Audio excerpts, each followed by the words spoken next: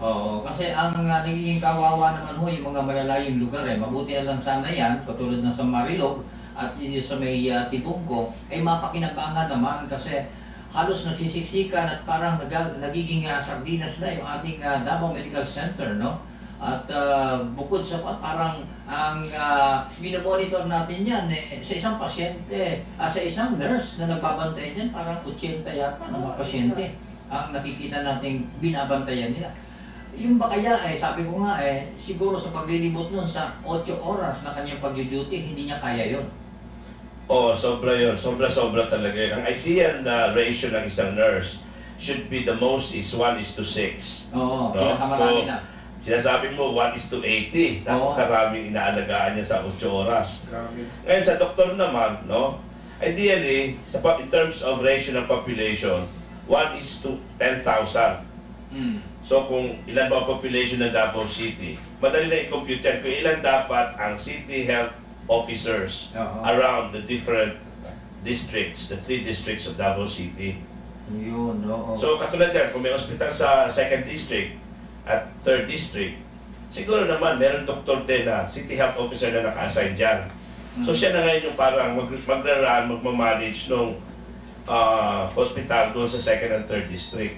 Oo. At least mamiminus-minusan yung pumupunta sa Davao Medical Center. Oo naman. And then, come to think of it, napakarami nating nursing schools. In fact, we have a medical school in Davao City.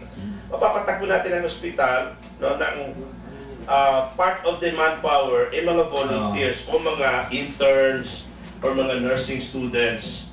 No? Ayan, oo. So, Okay na? walang reason para sabihin natin na kukulangin yung budget.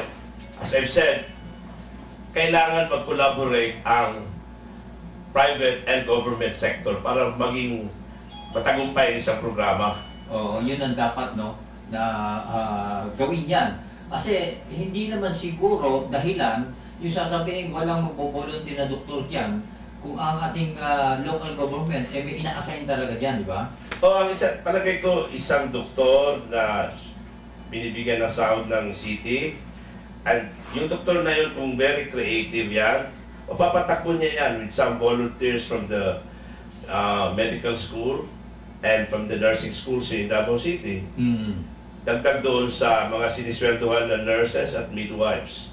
Oo. No? Kasi So, yan naman ipinangako naman yan at itinayo ng mga kongresista na kung saan napakinabangan naman nila yung tiwala ng tao sa kanila. Oo, at palagay ko naman, hindi lang siguro district representatives ang medyo ma-involved dyan. Yung din mga city councilors. Di ba lahat ng mga distrito meron din city councilors yan? So anong ginagawa ng mga city councilors in those districts?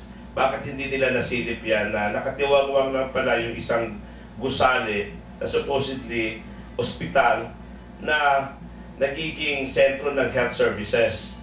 At talagang dapat lang sayang yung mga infrastructures na yan kung hindi nagagamit. No.